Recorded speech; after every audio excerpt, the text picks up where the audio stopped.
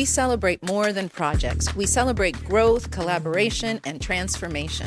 From foundational courses to advanced production pipelines, from learning principles of animation and game design to leading full-scale capstone teams, Magic students have spent years building the skills needed to enter the creative industry.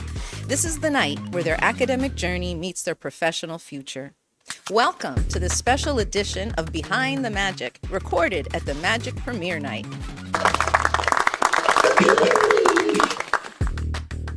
Good evening, and welcome to a special edition of Behind the Magic, the official podcast of the Miami Animation and Gaming International Complex at Miami-Dade College, where we explore stories, ideas, and innovations shaping the future of animation, gaming, and immersive media.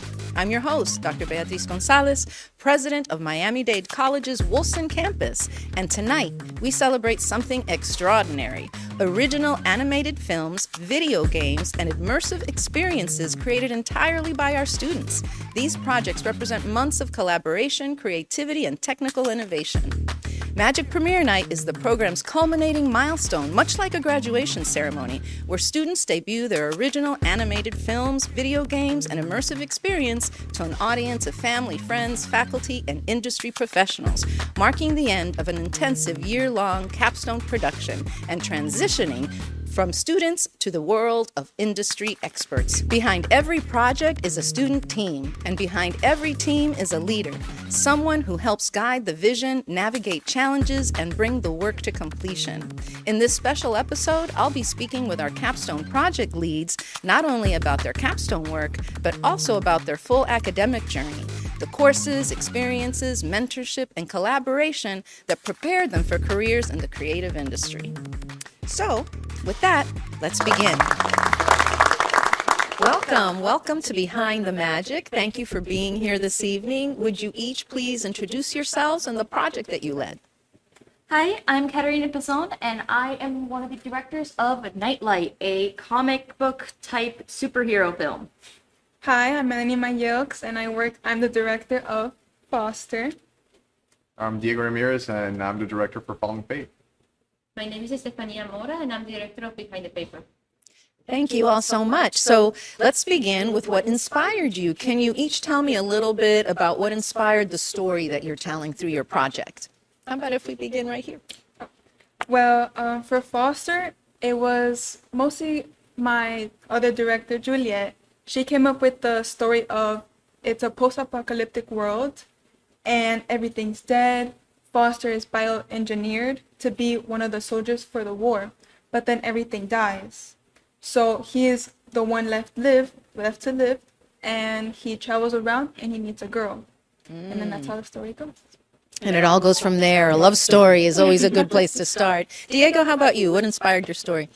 Well, I don't think that for Melanie, I don't think it's really a romance. It's not a romance. Yes. It's like girl. Well, you have me all like at the edge of my seat. It's a family, like Family's a father love. daughter. Found family. Yeah.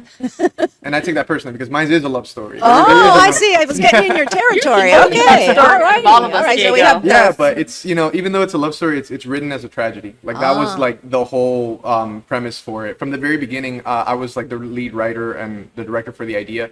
And I always tell everybody, there's too much happy media. I'm so tired of, it's always a happy ending. It's always, drive into the sunset and all that.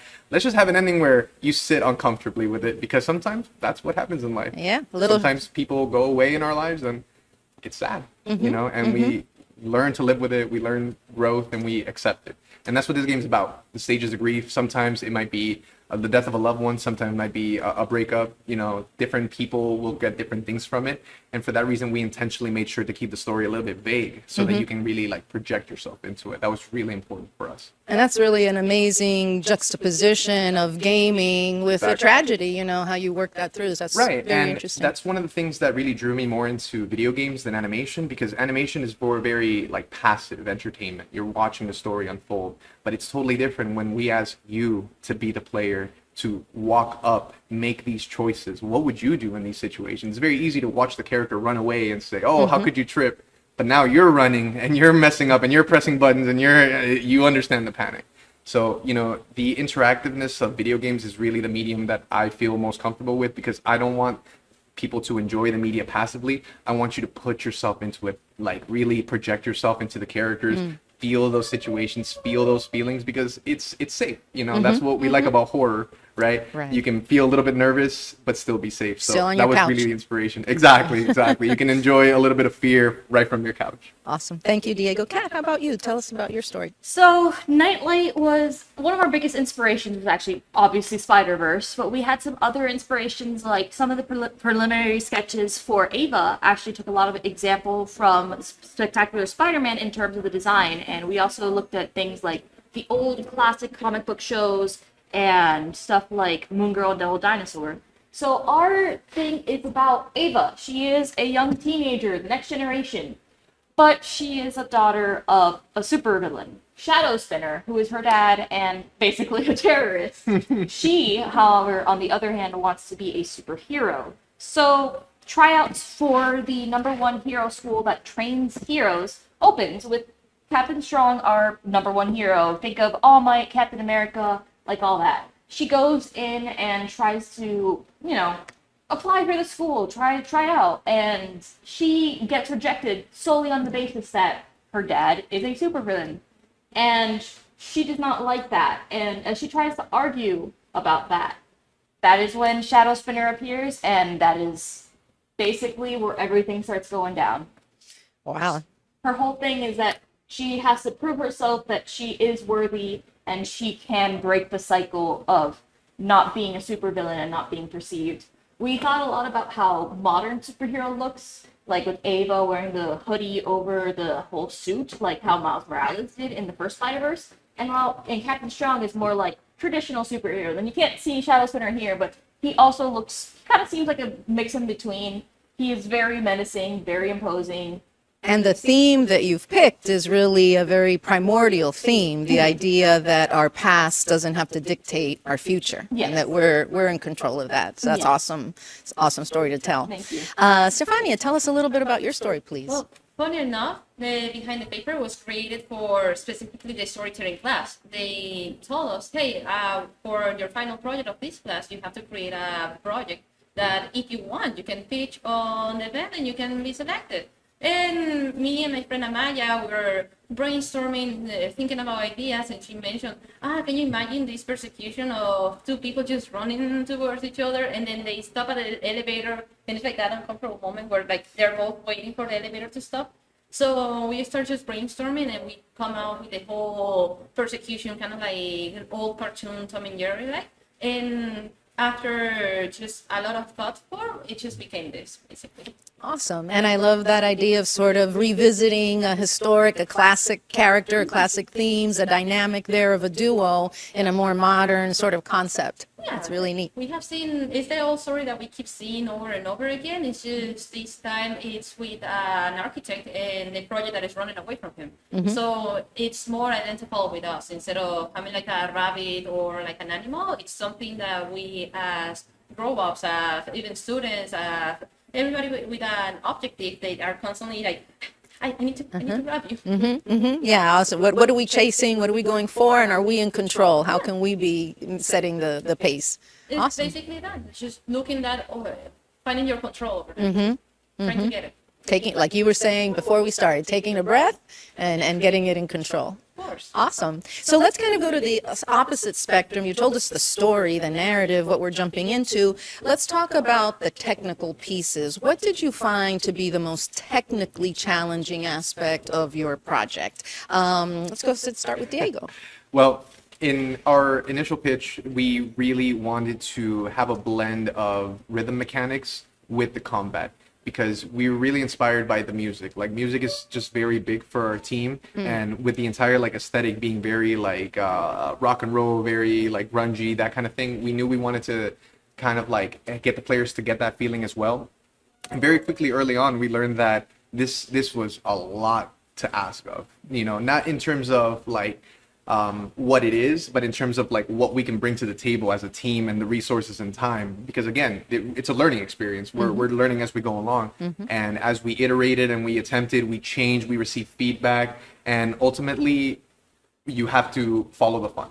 And when the players tell you this isn't fun, you have to figure out a way to make it fun. And what we quickly realized was that what our dream was of combining the rhythm with the combat, it's just not a thing that really works in every situation. There are some games that make it successful, but unfortunately we couldn't find the right blend of gameplay, story, experience. So it was a very hard choice for me to make, but I decided we would need to split the combat and the rhythm sections to be separately. And the game was better because of it, because the action could be really focused, and then the rhythm section could be really focused. And instead of putting it to the sideline, instead what we decided to do was, since we're going to be very limited in the amount of rhythm sections that we do, we created it more like a final boss kind of scenario. So rework it, remix it, and keep moving forward. You know, sometimes what you have in your mind is not exactly what can be executed. So we're really happy with where the project ended up, but that was really the most technically difficult part of the project, figuring out the rhythm mechanic over everything. Because we can make games. We can definitely make any kind of game that we want,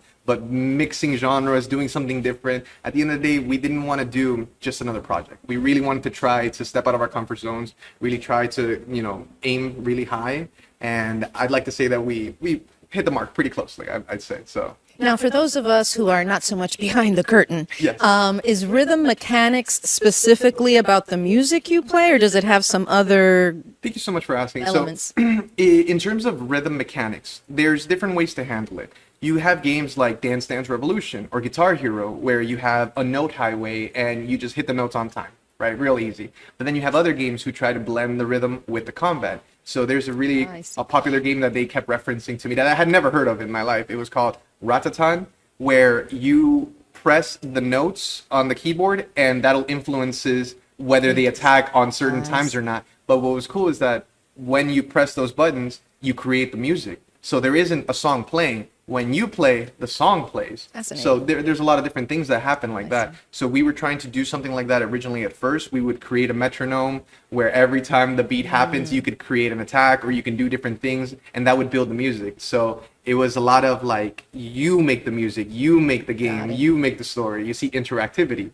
It was such a big thing for us. Awesome. But when we started to realize, okay, we need to balance health, we need to balance mechanics, we need to balance gameplay, we need to make sure it's fun.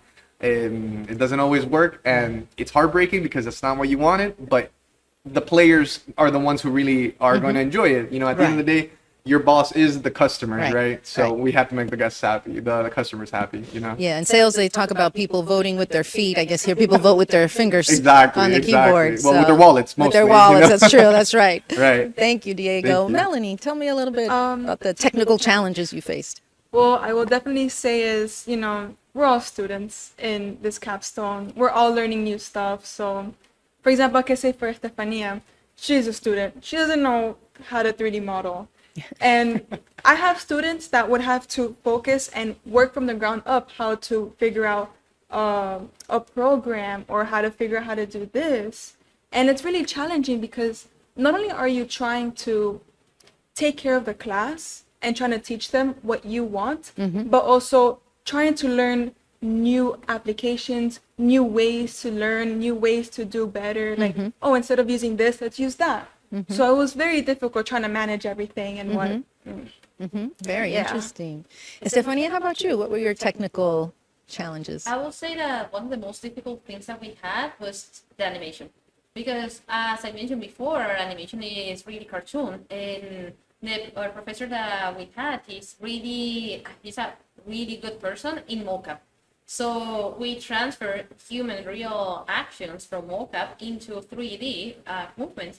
And then we have to sit down and, like Melanie said, when I started this project, I was not that very fluent. I was not really that comfortable with 3D. But I'm the lead, and people are asking me for help. So I had to sit down and help them, and I had to get comfortable with the 3D too.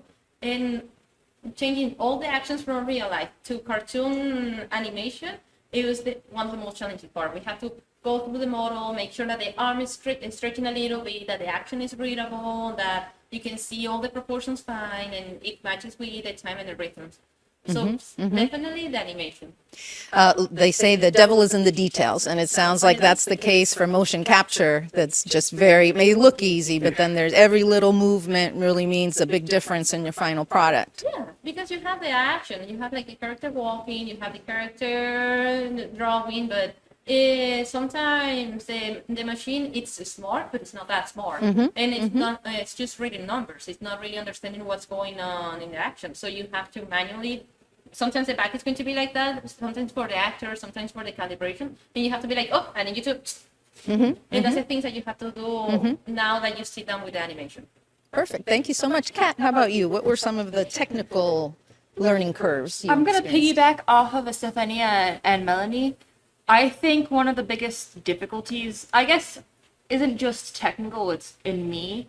We were a weird case of having 3 directors, but I think all 3 of us we originally pitched Nightlight really wanting 2D, and we got 3D. So things like that just happen. I originally was like super prepared to like learn rigging myself and teach it to everybody because I'm not too experienced in 3D, and we had to switch courses, and I'm like, okay, I have to figure out what to do, and I am not the best in 3D. My entire team will tell you that. I tried to touch Ava's rig once, and she ended up as a splat on the ground. So I was the designated rig breaker just because of that. The most challenging part was that I didn't know 3D in and out. Like most of us didn't. I was the least experienced with it, but since we split it in terms of like, oh, I'm gonna handle the animation and all that stuff that comes with it. Mikey handles art direction, environment, back handles post-production, things like that. Since I was under animation, rigging was one of my jurisdictions, and what I beat myself up over now is that I didn't know what to properly ask for to the rigging team. And that led to a lack of blend shapes that made Ava a little bit less, emoldable, expressive than I really wanted her to be in the end. I remember asking once, hey, maybe we could have Ava's eyes like grow and shrink in shrink in certain scenes. And our rigging person looked at me and said, you didn't ask for that. And this was already in like animating stage. I was like, oh, okay. So that was one of the challenges we had. Thank you. Thank you, Kat. Now, you've all talked a little bit about the people part, even though we were talking about the technical challenges you might have had, and yet you talk about people. You talked about trying to make it, Melanie, you talked to make it accessible for your team so that they could get it. And Estefania, you talked about everybody looking to you, but you're learning this equipment too. And now, again, people looking to you, but 3D is not your thing, and yet you're one of the leaders. So let's talk about the leadership process. As leads, what were some of the things you learned as the leader? What's important in leadership that you learned out of heading these projects? Estefania, let's start with you. Definitely, everybody has a place. Everybody can contribute in something. There's some people that they don't even know that they're good at something, and it's my job to analyze and see what problems, what ability. Like sometimes they have they're so experimented on the 3D or on 2D. They know what they're doing, but they have full-time job or they have to take care of their family. So I know that this person knows what it's doing, but doesn't have the time to do it. So I will need to know what assignments give this person depending on their time and abilities. And some people, they have all the time of the world. They were not really that experienced, but it was then my job telling them, hey, I give you this solution. You can do this, that. I give them more work, but easy for them to feel comfortable in manage to do it. So for me, it was just know the place of everybody and know how to manage everything, just getting back together. And that's something that it was really good to learn here. It was just the experimentation of being in the spot that the people are asking for stuff for you. You have to assign work. You have to make the project work. Some people, they will trying to they're students, they have other priorities, so you have to keep them in track to speak to them. Hey, is it something that is going with you? Like, do you need extra time? Do you need to talk with somebody? And that's part of the leadership part that you need to have to. So seeing the people, seeing each for their respective talents, and then not taking your eyes off of them to make sure that they each are on the path, and if they need anything along the way, you're there to support it and encourage it. Thank you. Kat, how about you? What did you learn about leadership? I think one of the most important parts that I learned about leadership is you have to let go of the reins. you kind of have to. You can't do everything yourself. There's definitely going to be times you need to get down and dirty, like roll your sleeves up, go in the mud, especially towards the end when everyone's on the final stretch and people might not be doing what they need to do. Right. So you have to, it's something we learned very early on, all three of us who were the directors. We wanted to have so much involvement. We wanted to get in. We wanted to do the art direction ourselves, do the character sheet ourselves, everything ourselves. And we can't, especially in a capstone, we can't do that. We have a team for a reason. We have everybody to show their talents, and we're not always going to be the most experienced, and there's going to be somebody on the team that's more experienced. And what about us? What if we run into some difficulties that we don't have time to do this? We have so many other things we have to worry about, so many things we have to manage, that sometimes those things are not going to get done on time. As much as we want to take the reins, we need to trust our team, and we need to let go of our baby sometimes. Yeah, absolutely. Diego, you have something to say about that? Yeah, I really agree with you guys a lot, like very strongly, that obviously one of the biggest parts of leadership is knowing how to manage people, work well with others, right? There is a correct way to give constructive criticism. And at the end of the day, it's very important to remain objective and let them know, like, you have two artists, for example, they work A and work B, and you need to be able to point out these are, the discrepancies here and these are discrepancies there, and nobody gets hurt because we want to learn, we want to improve. If I tell you nothing's wrong, you think you're perfect, and you're not. We can improve a lot. So in terms of leadership, of course, managing people is huge. But in my opinion, I think most important, and I want to give this advice to like the future capstone directors, the most important thing for me that I learned was you really need to make sure you are organized and establish limits very early on. Because for the animations, it was the limits were already established. You have a 2-minute mark that you need to hit. You cannot exceed that. For the video game, it's easier to just go over. Our professor told us early on, keep it down to 3 levels. I said, no, 9. And then we quickly realized, actually 7. You know what, 5. Just kidding, 5. Yeah. And we're happy because, making sure that the scope is controlled, very well controlled and manageable is very important, because everybody wants to contribute ideas. Wouldn't it be cool if Shadow Spinner did this? Wouldn't it be cool if Foster did that? Wouldn't it be cool if we did this in the game? What about Archie doing something else?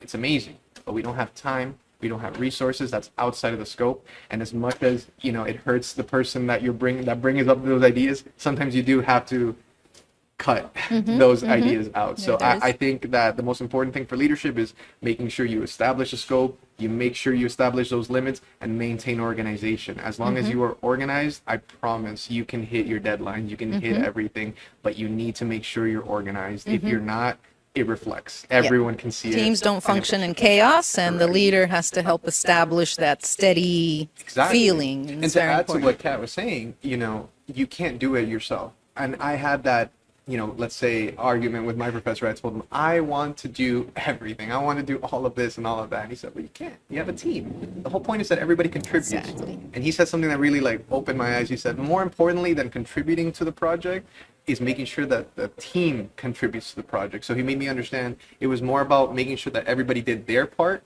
That was my part. Yeah. And I felt better about that because, like Kat said, hand over the reins, right? But you're still captain of the ship. You want to make sure that all the hands are on deck properly so that the ship can actually function.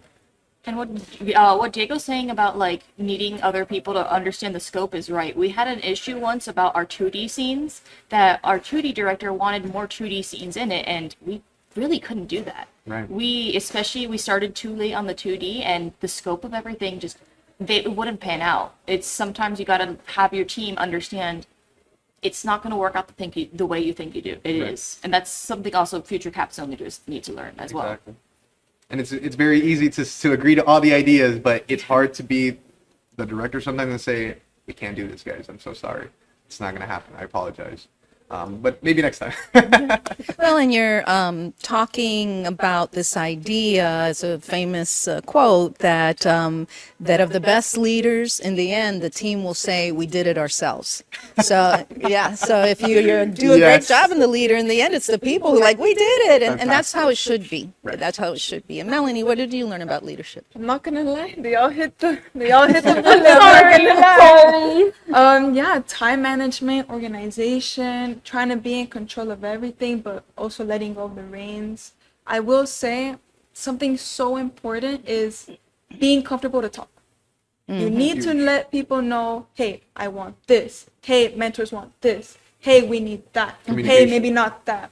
Heavy on communication. So if you don't have that bridge, it's going to collapse. And organize that lead. Yeah, I think that's, you really hit the nail on the head. Having been a leader now for a while, I think one of the ways that things fall apart is when there isn't communication, when there isn't good communication. So that's so important. Any communication Exactly. is good communication. That's right. Please Keep it going. That's respond right. to my emails, guys. Please. Whether it be negative or positive, Yes. something Yes, is something. that's And that's Exactly. what's important. So we've talked about, well, sometimes things get a little sketchy, a little tough. Was there a moment in any of your projects where you really thought this was going to go off the rails, and obviously it didn't, because here you are today? So was there a moment like that, and what did you do to get it back together? How did the team get it back together? Anybody experience something like that? Melanie? Yeah. I will say heavy on trying to regulate rigging and frame by frame. Say a little bit more about rigging. I'm not sure everyone knows what that For is. rigging, it's more of like you're making the computer and you're letting the computer do the movements that you want, sort of. While frame by frame, you individually do or draw every single action, every single frame. And obviously, frame by frame is going to be beautiful because you have the drawing, you have the color, you're doing everything in one single way. But for texturing for rigging, it's more complicated because you already need to have the properties already there. You need to have the layers already there. Every single thing. It's always not going to be the best, but it is the best for working. Because multiple people, whether they're good at frame by frame, or they're bad at frame by frame, they're good at coloring, we can all use the rigging. So it was really difficult trying to have this beautiful piece for rigging, because it's not always going to be 100% like frame by frame. So that was what's most difficult. And I had to basically sew them together. So this is one of those, don't let the great be the enemy of the good, because you were going for something very aesthetically unique and beautiful, and yet you need to move this project. And that's part of leadership. That's part of any production, the practical pieces. Yes, Estefania. I'm sorry, I wanted to add Yes. about what Melanie said, because I think that I'm going to have my mom seeing this podcast, and we keep seeing rigging, and she doesn't know what rigging is. Right. By the way, hi, exactly. Mom. Exactly. Hi, Mom. Aw, Hi, yeah. Stephania's mom. So rigging is basically when you have a character. We normally in 3D we have it on T pose, in 2D we have it in B pose, depending on what pose you're using. And what you're going to do is that the computer just knows that there's something here. It just knows that there's something. He doesn't even know if it's animal, human, it can be a robot, doesn't know it. So what you're going to do is that you're going to tell them there's going to be a bone here, it's going to be a bone here, and here is the joint. So you're going to do this movement. So the rigging is setting the whole skeleton and telling them how it has to move. So when you get to the animation part, the model already knows that, okay, this is my leg, so my leg is going to do this is my head, this is the expressions that I can make, and the animators can just jump and start doing the animation part instead of concentrating like, oh, I don't know why the tail of this character is not moving. It's because then it doesn't have a bone, it was not rigged correctly. Well, and that's a good metaphor. I like metaphors as an English major. And just to that idea of the foundational pieces, that if you don't have a strong foundation, whatever you build on top of it is going to be weak. It may not be as good. It may fall apart on you, take longer to complete. So the importance of a strong foundation. Let's talk a little bit about your mentors. What was the best piece of advice you got from a mentor throughout the program, and particularly on these projects? Just one, because he gets so much, you know. Well, whatever I got comes to mind. PTSD from my PTSD. I think the mentors were great. Honestly, I had the opportunity to meet them just for a few minutes. Not as much as my mentor Bill, but one of the things that I really appreciated from Bill, he never gave us the answer outright, which I was really, really appreciative of. Like one of the things that, for example, we struggled with early on, he said the pacing was poor, and I said, well, I have this sort of experience I want to guide you through, and he said, the experience is one thing, right? But what do the players feel? What your intention is might not be what is being read out, right? So he explained to us, we need to pace the game in certain ways. We need to tutorialize. We need to guide the player, like spoon feed them without, telling them everything, those kind of things. And I feel like that was the best thing he could have done for us. Instead of telling us, do this, right, which is a clear-cut direction, and okay, do it. At that point, it becomes his project. It's not us anymore. Right. So he was always like, figure out a way to do this. Figure out how you celebrate the player. Figure out how to guide the player. Figure out how to pace the player. And we thought, wow, the fact that he's actually making us think about it really made us better designers because of it. Yes. And I remember there was one night where it was like 4 a.m. One morning, I guess.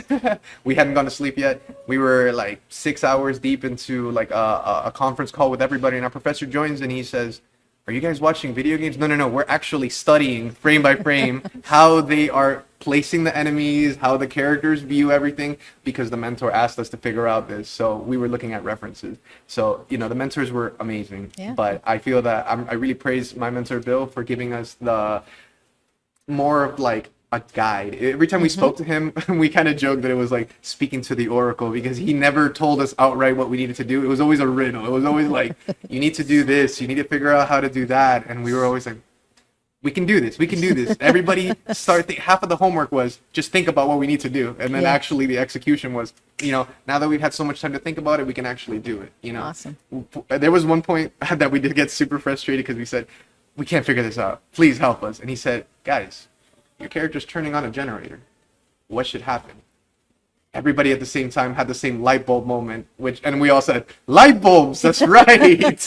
Oh my God, thank you. We couldn't figure this out. He said, turn on the lights. So, the one time he did give us the answer, we didn't know we knew it all along, So really great advice from the mentors. I think, that's one of the best parts about doing this. The fact that we get a mentor, somebody Absolutely. who's in the field, in there, and he's worked on so many game projects, Guitar Hero, it really inspired us. I'd like to talk about our mentor, Drew Tolman. She was an absolute saint with us. She was the best. I joked that we got PTSD because actually Drew taught us so much about the framing and the storyboard, how to frame it, how many shots we need to have. We originally had 50 shots or something like that, and Drew helped us trim it down. Like she said, okay, you're not going over 30. You need to have this. You need to think about the 360 rule. You need to have visualize where your cameramen are. You need to reuse layouts. And this is stuff we didn't think of, because we didn't think of we had to reuse layouts to make it the production go faster. We didn't think about a lot of things. We didn't think about we need less shots because that's gonna be so hard to give out. And Drew helped us so much with that. And actually, I was taking a look at your storyboard at the beginning of the semester, and I was like, oh my God, Drew would kill me if I did that. Oh, okay. But it was really good, but yours was really good, but remember the shots. There was a few extra shots. Definitely. But honestly, your storyboard originally. You see, that's why the mentors are so good, because they offer the experience that we lack. They have all the guidance, they have all the experience, all of the mistakes that we're about to commit, they already see them coming a mile away. Yeah. So we have the youth, they have the knowledge, and we bring it together, and thankfully here we are. So I'm really grateful for the mentors. I think I couldn't tell you one piece of advice that they gave that was good, because it was all good. I mean, every time they spoke, I wrote down almost everything. I had to make sure, because I remember our mentor, Bill, he said to us, do you remember what we said last time? I'm like, Bill, I haven't stopped hearing your words in my head because I can't figure them out, But if it wasn't for them, we wouldn't be here today. So I'm super grateful to them. I'm sure you guys had amazing mentors as well. Yeah, I'm sorry. I've seen how our mentors have kind of shaped us. Yours has turned out really well with everything that has turned out. Yours has gone so far with everything. Yeah. Estefania, your storyboard was just impeccable out of everyone's. Great. Estefania, would you like to share what your mentor relayed to you? Specifically, since Kat is saying that it's impeccable, it's because Mr. Bailey, he taught me that everything has an intention. All the angles. We can talk about the technical part, but that's some mistakes that we do as we're young, we're inexperienced. But Mr. Bailey, he was like, if you put this in this angle, you're going to have the character, you're going to have it in this line, and all the attention is going to be here, and if we put it in here, it's going to be more dramatic. So everything has a reason. In color, in angles, in camera movement, the use the camera doing this, it's telling you something. And that's the experience that Mr. Bailey taught me, because I thought that, I thought I knew everything. I know about storyboarding, I can draw, I can do this. So working with him, it made me realize that I'm not as good in composition as I thought I was, because he knows what he's doing. So it's just figure it out, experience it, and see the improvements, because we can see the before and after. It's a big difference. No, experience matters. That's why an experienced mentor can help you. But the beauty of how they helped you was, even though they have all that experience, they didn't give you the answers. They gave you principles. They asked you questions that helped you find the path to your final project. Melanie, how about you and your mentor? I will personally say, show everything. Everything you got. The good, the bad, the ugly, the perfect, the amazing. Show everything. Because they're there to help you. They want your best product. They want to see how you bloom and how you blossom. They want to see everyone's work. So I will definitely say, gotta show everything. Exactly. This is a time to be vulnerable. Yes. That's how you learn the most. Personally, I was so nervous because, when you're up against the mentor, it's just, you're scared. Because, what if they're going to say something like, you want this to be the best product for them so they could see. But in reality, they're just there to help you. Right. They want the best for you. And they're not going to be as mean as you think they are. I personally, on the second to last meeting with Drew, I was in a bit of a state and I cried a little bit before the meeting, and she was honestly she was so nice to us. She told us, this is looking good, guys. She honestly made me feel better about it. And they're not always going to bite your head off. They're there to help you. That's something that I didn't expect from my mentor either, for Bill, because the kind of person that I am, I never show work in progress. I'm finished only. But Bill really, and I'm thankful for him, he really kicked me out of that, because there were so many times he said, can I see it? I said, it's not ready. It's not done. We're still drawing. He said, please. At this point, I want to see boxes fighting each other on the screen. And I said, but it was physically painful for me to press play on that. You know what I mean? And he goes, actually, this is working. This is nice. This works. And he says, great, because at the end of the day, if your foundation, just like you said, is not good, you can layer art all day and it can look amazing, but it still does not play well. And that's the most important thing. And I really like what Estefania said also, that there's so much intentionality. Because when you only get 2 minutes, right? We're talking 120 seconds. Every shot matters. Every frame matters. And I know the directors must hate me because they only get 2-minute limit. But because of the fact that it's a gamification, we actually have almost 20-minute experience that you can go through. A little bit more if you die a couple times. But overall, I want to say that she's really right. Even though I didn't get that advice from my mentor, it's true. Everything really matters. Because, like you said, pacing matters, introduction matters, tutorializing the player matters. Every single piece of effort that is going to go into it is going to be seen, it matters, and you need to have intentionality in everything you do. It's so great that your mentor helped you see the value in iteration. Exactly. Feedback on iterations. Exactly. That's really how you're going to fine tweak it, and you're really going to get to the best product. Did you just put it out there, get some feedback? Okay, I'm going to change this. I'm going to change this a little bit. And that's so important as a creative person to be willing to put the not finished product out there, an iteration, so you can get that feedback. I'm sure it was, because we want to show our best. Compared notes on our mentors. Yes. Usually at dailies we would talk this is what my mentor they said. And I got to meet with Bill. He was really cool. He's great. I mean, he's worked on Call of Duty, Guitar Hero, lots of other you have great big titles. mentors, people who are so experienced and accomplished in the field. Let me ask you, go in a different direction now.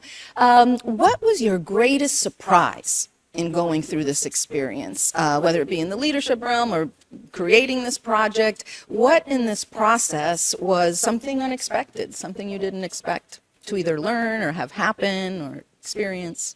Yes, Melanie. What really surprised me is how many people are willing to help you, willing to learn, willing to drop everything. Actually, let's learn this. I had a student who would come on Saturdays to learn how to help us for rigging, for everything. And I honor that. That is beautiful. That's amazing. I'm so thankful that you're working and you want this to bloom the same way.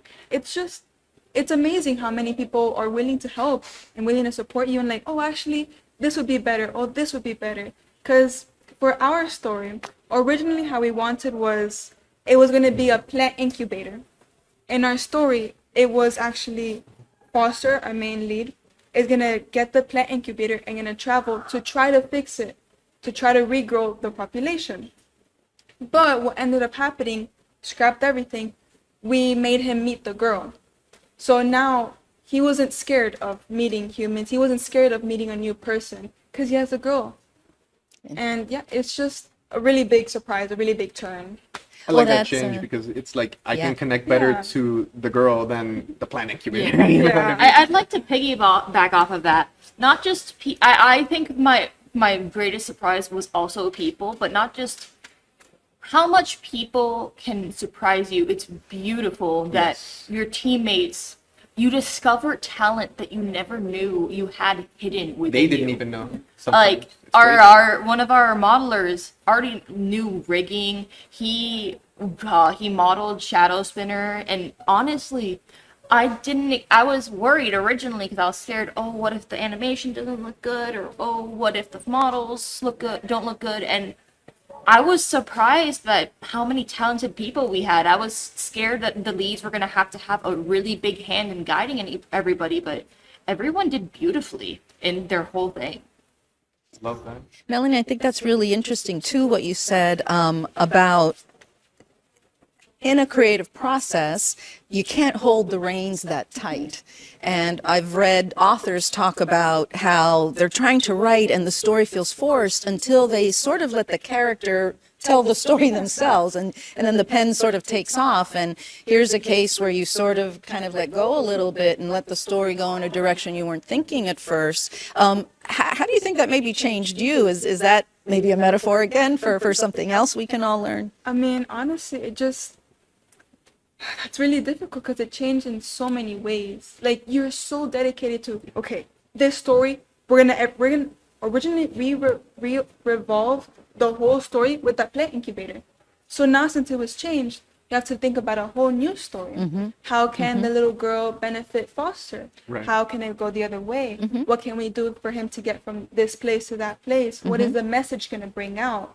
It was just, Again, more Yeah. intentionality. We all had a lot of elements in our original pitch that were changed. Like course. originally, I don't think anybody got to see this, but Ava was a shadow clone, and we had her Yes. dad, and we had to change that because we didn't think it was going to be that. It was going to be too complicated in 2 minutes. And Diego, I know a lot of your stuff changed Yeah. in terms of gameplay, but also story, I think. Yeah, so the biggest surprise for us, and at least from the gaming students, I know that all the gaming students are here because we play video games, right? And it's easy to judge a piece of media when you have it in your hands. Oh, this movie's terrible. Rotten Tomatoes score 0, or this game is terrible. IGN score 0, right? But it's totally different to where, okay, show me you can do better. You know what? I will try my best. And oh my God, very fast we learned this is Humbling, difficult. huh? Very humbling experience. And I want to use this example of Call of Duty because they release on a yearly cycle. Sometimes they get 3 years, sometimes they get 1 year to work on it, but it's a tight schedule is the point I'm trying to make. So we had 6 months, and we quickly realized that there's a reason why most games today launch broken, because it is a lot of work, a lot of moving parts. One tiny little touch, one box slightly too far to the right, and the whole thing does not work. It is insane. It was literally working last night, and I don't know about this morning. So the biggest surprise, like I said, we had an idea, we had a pitch, we had a vision, right?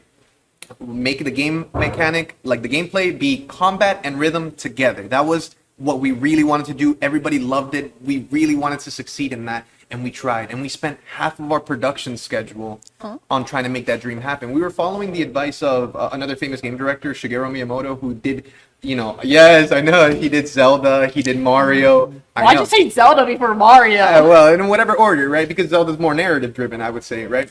So he always says you need to follow the fun. Whatever the game is, it doesn't matter what the story is. First, it needs to be fun to play, right? Like, for example, Mario is just essentially running from left to right, jumping on, mushrooms or whatever it might be. That's pretty simple, but it's fun. And then you build a story around that. So we tried to do that. First, let's build a mechanic, make sure it plays, make sure it works well. And it didn't. To our surprise, we couldn't figure it out. We don't know if it was this or that, and the game testers were pushing us in one direction, and our pitch was pulling us in another. So it was a really big surprise for us to see. Wow, it's true. During game development, so many things can change out of nowhere, not necessarily go wrong. You don't expect it because maybe what you thought you wanted isn't really what you want. That's so funny. What you're saying reminds me of a poem by a fellow called Theodore Rothke. And it goes, to know a chair is really it. Sometimes you have to go and sit. And so you're talking about a game. A game has to be fun. If it's not fun, is it a game? Exactly. It ain't a game. Exactly. So I think you had to hear your public Right. and make that very important adjustment. Exactly. Yeah. So, I'm sorry. Please. no, sorry. Just to finish that off, it ended up changing a lot, just like for Foster, right? Because initially we had planned we want the main character and the love interest to be played simultaneously. However, you only play one character, and the love interest follows you and supports you, right, as a very supporting role. And we tried it, and again, the players were telling us, I want to do all these things, but no, but the supporting character is there to help you do it. I want to do them myself. Okay, if the players want to do, are enjoying the combat outside of rhythm, are wanting to do more actions themselves, let's make the players happy. Let's do that. But then we ended up having to rewrite everything because then it no longer fits. Originally, you can see on our poster, we have one character, right? Originally, it was supposed to be they travel to the island of Alcatraz, and there's a rock concert happening there, right? And then everything is not as it seems because reality starts breaking down. But then again, we changed the combat style, we changed the way that the gameplay, and that changed the narrative. So now we have to make the character by himself. So now where is the love interest? Exactly. Where is she? So now we have to find her. We have to see what's going on. Give her some relevance if Right. she's going to be there. And since we're not leading into action anymore, well, we can't be in a crowd full of people. So now you're lonely. Now it's empty. Now the atmosphere changes, the story changes, everything changes, the feel changes, the combat changed, everything changed. So it was a huge surprise because we had this one vision.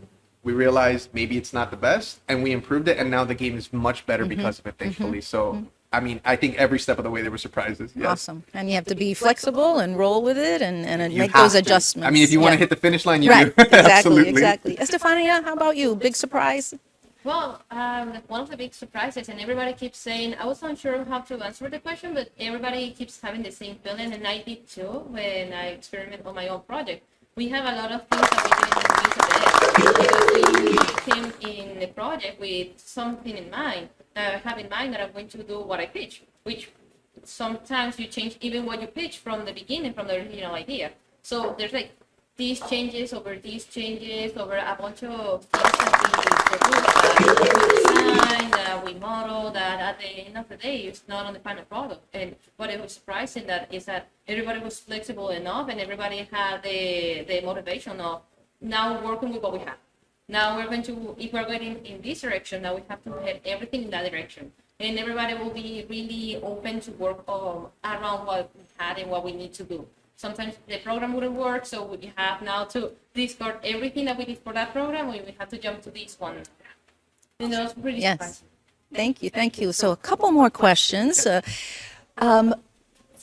If you would please give a piece of advice to future students who will be on one of these teams, and particularly perhaps in the lead role, what would be an important piece of advice you would pass along to future students? Can I start? I have a quick one. Okay. But I think it's so important, right? Like I said, organization was really like the most important thing because depending on who you are or depending on who the leaders are, we can work with people. You can manage people, right? But managing the project is so important. So I would say for future capstones, please make sure to give attention to whoever is going to be producer because arguably more important than a director because you can write the story, you can have the ideas all day, but if you don't have somebody who cracks a whip and gets it done and makes it happen, the project doesn't exist. So I would say the most important role, to my surprise, is really producer. Make sure it gets done. And unfortunately, it is not an easy job. I had at least 3 resignations for that. Wow. So reluctantly, I took the role and I ended up wearing 4 hats, but I'm happy for it because I got to learn that part of the role, learning actually how to manage the project, not so much people, because you're going to work with different people, different projects, different things are going to change. So maybe what I got comfortable doing with Melanie, I might not be comfortable doing with you, and everyone is going to be different. So things are always going to change. People are going to drop in and out of teams. But the one thing that's always going to stay the same is what do we need to do? What needs to get done? When does it need to happen by? So the producer role is the biggest thing. That would be my advice. Very important in a creative environment where you have to give space to people to Right. be creative and yet enough structure so the thing gets done, it gets done on time, it gets done within budget, because that is the reality of work. Right, and all of us being students, we see the creative. We only want to focus, like, like on the creative part, but we need to start thinking about the business part of Absolutely. it. At the end of the day, if we don't get paid, we don't have a job, right? That's right, So right. it's huge. Awesome. And Thank instead you. of what Diego said, I don't know if any of you want to chime in before I say this, but you both know what I'm about to say, right? Oh no. Well, go for it, Kat. What are you going to say? One word.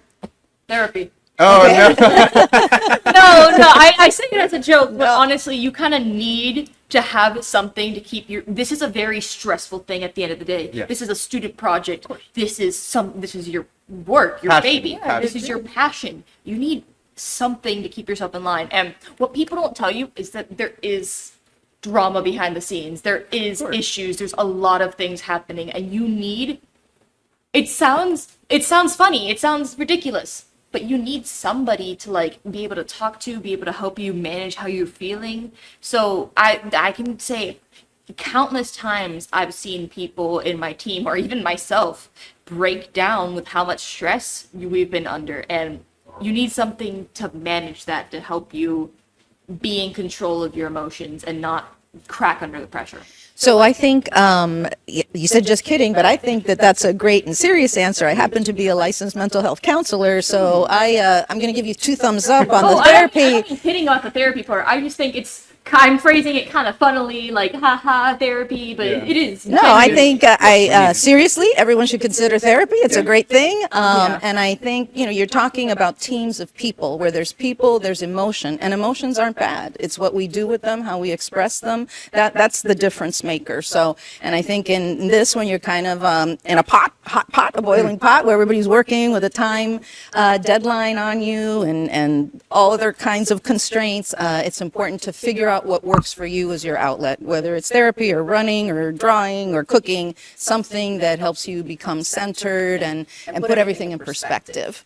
So really, it's balance. I don't know. Exactly. I don't know if I feel the same way, but I think some of us in the animation department don't want to draw for a good while after this and just need a little bit of a break. A little tapped out. Yeah, need vacation too, because remember, there's no days off. It's Right. you're going Gotta until get you it done. finish, right? Until And it's you done. want to finish as soon as It's possible. very important, but just don't take the vacation during the thing. I would know. Can't be missing. Shout out to Hatsune Miku. Melanie, how about you? Advice? I will definitely say it's your baby, it's your dream, it's your passion, but it's not always going to end in that way. Like, especially how you were saying, how everybody was saying, it's what you've always wanted since the day of pitch. But unfortunately, not everything's going to turn out 100% of how you wanted it. There's some things that are going to be changed, some things that are going to be better than originally it was. So very, very important. I know it's your baby, but Let it grow. Let Baby it grow. gotta walk. Yes. Baby Baby gotta crawl. Baby gotta run. That's right. it could blossom. It could do something That's even right. better than what you thought before. Absolutely. Definitely heavy on that. Awesome. And Stefania, how about you? Piece of advice. This is a learning experience. This is the first one. This, of course, is going to be the most difficult one, and it has to be like that. We have to fail in order to be better on the next time. So, of course, we're going to make mistakes. We're going to have issues. We move the model, and for some reason it ended on the wall. That's okay. And the same thing is with the whole project itself. This is the first project. Everybody that participates in this should know that it's not only this and that's it. That's my whole life project. No, we're here today and we're going to be in another place tomorrow. In that other place, we're going to have everything that we learned from here, and we're going to make new mistakes now, and we're going to learn from it until the third project, until I don't know, until we decided Forever. I'm done.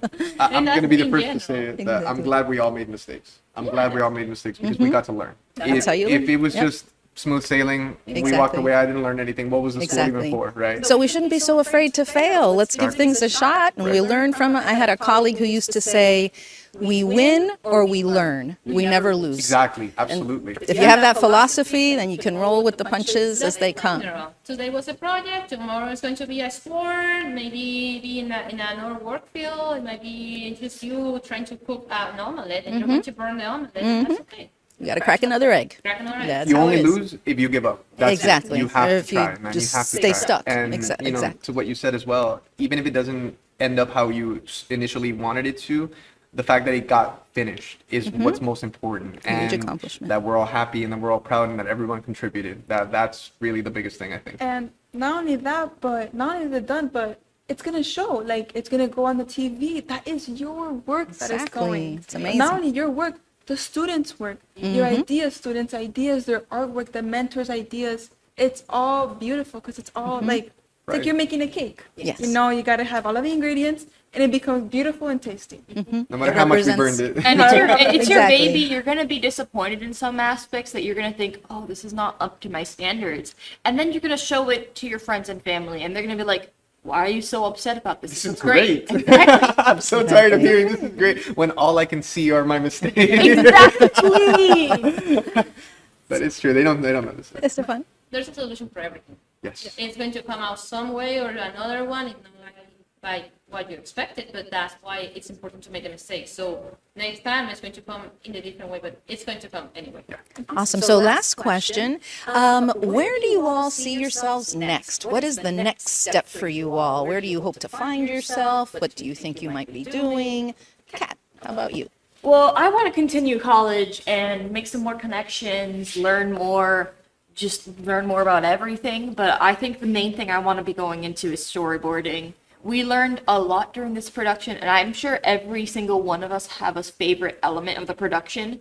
And as much as I loved animating Ava and the explosion, not again. I will do it again. I love animating, but I found something I like even more than animating. I like storyboarding. I like the compositing of storyboarding, like framing it, and even with a lot of modern storyboards, it starts to look a little bit like animation. You lay that framework, and then you don't have to animate it. That's the best part. Organization. Okay, you can plan it out from the beginning. It looks good. If it's super complicated to animate, which is good. Actually, there was a meeting with like somebody who worked on Has Been Hotel who had the experience that like, oh yeah, I got the storyboard this part. I was like, sucks to be the animator working on it next, and they were the animator working on it next. Careful what you wish for. Careful what you wish for. Melanie, how about you? Well, personally, I want to continue studying. I love learning. I love learning new stuff. But one thing that really stood out to me that I really do want to get my PhD, my master's, continue is producer. I love it. If I had to go to another lifetime, I'd do it again and again and again. I love it.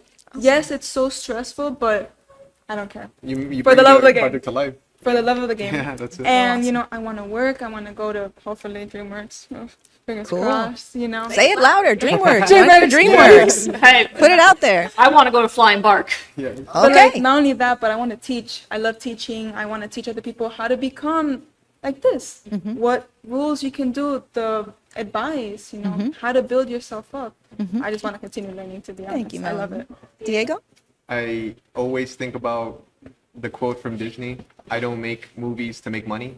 I make money to make movies. And that's what I'm really thinking about. Like, I need to make more money so that I can make more games because that's all I want to do. It's not really for the money, it's more for the recognition. You know, the next place I see myself is, what I wanted to get out of this project was learn about, like I said, the business side of it. You know, the actual putting the project out there and making money, being successful, and getting other people to play it. So where do I see myself? I see myself as being like an entrepreneur and starting my own studio and hopefully one day competing against these AAA titles. You know, I want to be my own director. I want to make my own games because I know that if I build my team with my producers and my people, I know that we can be successful. So that's where I see myself. I think I'm done with education for a little while, maybe. And then if we need some more, we keep going. But no, really, what I wanted to get out of this project was like understanding like how do we publish a game? How do we bring a game to life? Like what is the production like?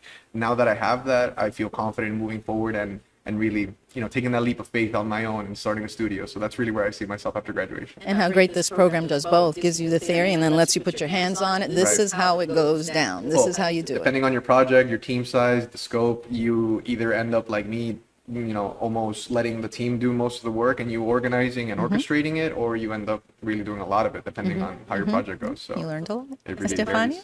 varies. Thank you.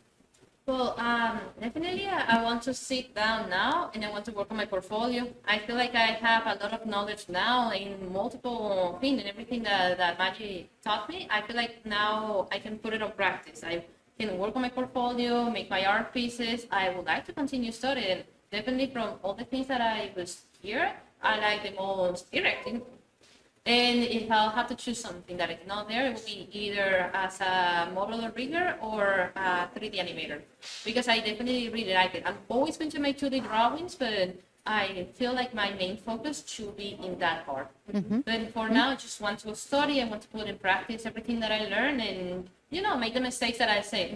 This is the moment to do it now. Thank you. And I think it's interesting how you've, in the end, arrived at a new learning about yourselves. And in many cases, maybe it shifted your direction a little bit than where you first thought you saw yourself at the beginning of this program, and how important that is.